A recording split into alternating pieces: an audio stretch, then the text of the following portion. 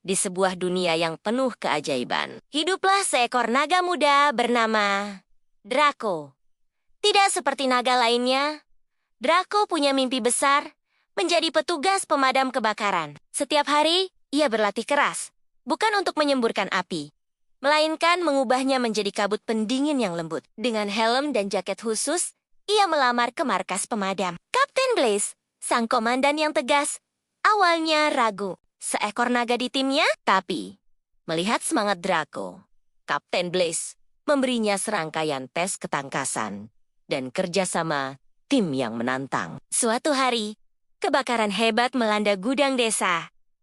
Api berkobar tak terkendali. Inilah saatnya Draco membuktikan diri. Dengan napas ajaibnya, ia mengubah api menjadi uap, membuka jalan bagi tim untuk menyelamatkan warga yang terjebak. Keberaniannya membuat semua orang kagum. Draco pun resmi menjadi anggota tim pemadam kebakaran dengan slogan baru, berani, bijak, bersama.